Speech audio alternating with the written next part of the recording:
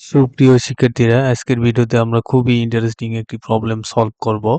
তো এখানে একটি বৈদ্যুতিক বাতির রেটিং দেওয়া আছে 100 ওয়াট এবং এটাকে আমরা যদি 200 ভোল্ট অ্যাপ্লাই করি বাইরে থেকে, তাহলে এটা আসলে ফিলামেন্টের ভিতর দিয়ে প্রতি সেকেন্ডে কি পরিমাণে ইলেকট্রন ফ্লো হবে।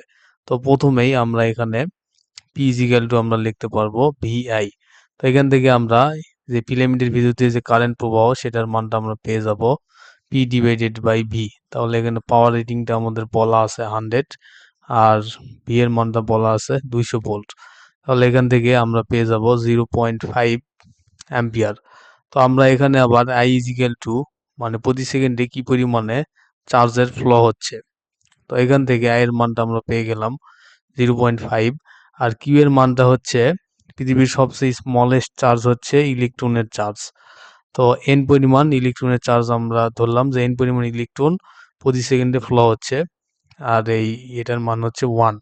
তাহলে এখানে এন সমান সমান আমরা লিখতে পারবো 0.5 ডিভাইডেড বাই ইলেকট্রনের চার্জ 1.6 ইন্টু 10⁻⁻19।